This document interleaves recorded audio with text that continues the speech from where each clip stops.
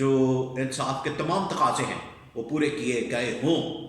تب تو سمجھ آتی ہے کہ ٹھیک ہے جی، اس میں سزا جو سنائی گئی ہے وہ بنتی ہے اور یہ سب کچھ انصاف کے تقاضوں کو پورا کیا گیا ہے۔ لیکن ایسا کچھ ہوا ہی نہیں ان مقدمات کے اندر، ان کیسز کے اندر، یہ جو سائیکل کا اور توشہ خانہ کا۔ لیکن کیونکہ اس کے پیچھے بیانیہ بنانے کا مقصد تھا، الیکشن سے پہلے پہلے یہ بیانیہ ایک مارکیٹ میں لانا تھا، پبلک میں لانا تھا، اور عمران خان کو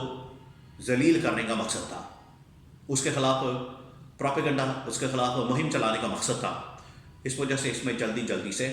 سزائیں سنائی گئی ہے، اور یہ زیادہ دیر تک ٹکنے والے فیصلے نہیں ہیں، یہ آپ نے ذہن میں رکھنا ہے، کیونکہ ان کے اندر اتنے مسائل موجود ہیں زیادہ دیر تک ٹک نہیں سکتے۔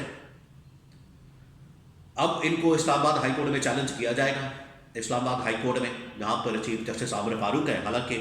ان کے اوپر تو عمران خان عدم اعتماد کا اظہار کر چکے ہیں، لیکن اور کوئی اب راستہ نہیں، اور کوئی آپشن نہیں، اور کوئی ریمیڈی نہیں۔ اس وجہ سے فوری طور پر تو یہاں پر کیس کو چیلنج کیے جانے کا امکان ہے۔ دوسرا جو اہم ترین ڈیولپمنٹ ہوئی ہے، کل لاہور ہائی کورٹ کے ایک سینئر ترین جج جسٹس شاہد نے استعفیٰ دیا اچانک سے۔ اور اچانک سے استعفیٰ کیوں دیا،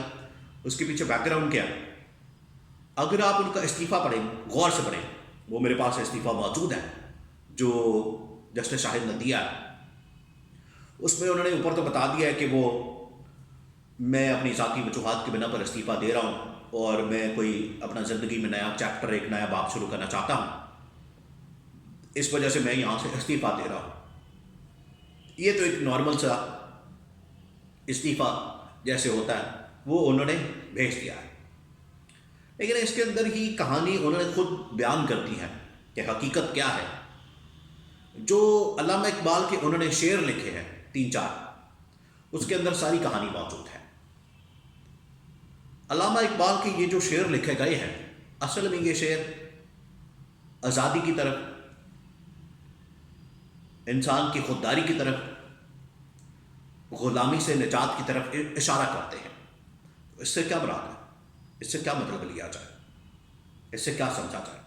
اور اسی کے اندر یہ ہڈن میسج موجود ہے کہ کہیں نہ کہیں سے پریشر، انفلوئنس کرنے کی کوشش ہے، ان کو پریشرائز کرنے کی کوشش ہے۔ اور یہ پاکستان کے اندر آج کل جس طرح سے فیصلے سنائے جا رہے ہیں، آپ اس سے اندازہ کر سکتے ہیں کہ عدالت کے اندر جو ماحول ہوتا ہے، عدالت کے اندر جو ایٹماسفیئر ہوتا ہے، جو وہاں پر باڈی لینگویج ہوتی ہے، آپ اسے اندازہ کریں کہ عمران خان، شاہ محمود قریشی یا بشرا بی بی، جن کو ابھی تک سزائیں سنائی گئی ہیں، بہت بڑے ریلیکس اور اطمینان کے ساتھ بیٹھے ہوتے ہیں، مطمئن ہوتے ہیں، آپس میں بات چیت کر رہے ہوتے ہیں، لیکن جج جو سزا سنانے والا ہے وہ پریشان ہوتا ہے۔ سائیکل میں جج ابوالحسنات، اس کو بھی بڑی جلدی تھی اور بڑی ٹینشن میں تھا، اس کی باڈی لینگویج ایسی تھی کہ پتہ نہیں کس قسم کا اس کو پریشر ہے یا کس قسم کی اس کو پریشانی ہے کہ فیصلہ دے کے بس جان چھڑانا چاہتا ہے۔ تو جب انصاف کے تقاضے پورے نہ ہوں تو جو آپ کا ضمیر ہوتا ہے وہ بھی آپ کو ملامت کرتا ہے۔ اسی طرح سے جج محمد بشیر، انہوں نے تو خیر 1-2 مہینے پہلے ہی چھٹی کی درخواست دے دی تھی کہ مجھے چھٹی دے دی جائے اور ریٹائرمنٹ تک میں چھٹی پر رہوں گا اور اس کے بعد ریٹائر ہو جاؤں گا۔ وہ تو اس کیس میں فیصلہ دینا ہی نہیں چاہتے تھے شاید، ان کو بھی زور زبردستی کے ساتھ فیصلہ دلوایا گیا۔ اب یہ جو استعفیٰ آیا لاہور ہائی کورٹ سے ایک سینئر ترین جج کی جانب سے، جسٹس شاہد کی جانب سے، اس بات کی عکاسی کرتا ہے، اس بات کا اس کے اندر جھلک نظر آتی ہے کہ پاکستان کے اندر کس طرح سے عدالتوں کو انفلوئنس کیا جاتا ہے، ان کو پریشرائز کیا جاتا ہے، ان کو استعمال کیا جاتا ہے، ان کے اوپر پریشر ڈالا جاتا ہے اپنے مطلب کے فیصلے لینے کے لیے، اپنی مطلب کی چیزیں نکالنے کے لیے، اپنے مطلب کے معاملات کرنے کے لیے۔ لیکن ججز آخرکار،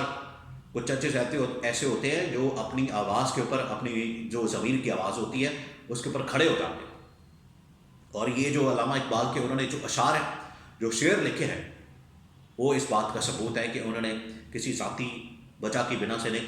کوئی اور مسئلے کی وجہ سے نہیں، بلکہ اس کے پیچھے جو کہانی ہے وہ یہی لگتی ہے کہ